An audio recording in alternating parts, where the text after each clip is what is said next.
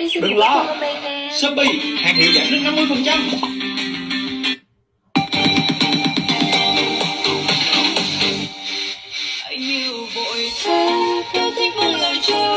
Chẳng biết đâu thật tâm là ngọt ngào hay lừa dối. Đến bây giờ sau cơn mê em mới tháo ra trong tim anh lâu nay chỉ toàn dối gian. Đêm nay bật khóc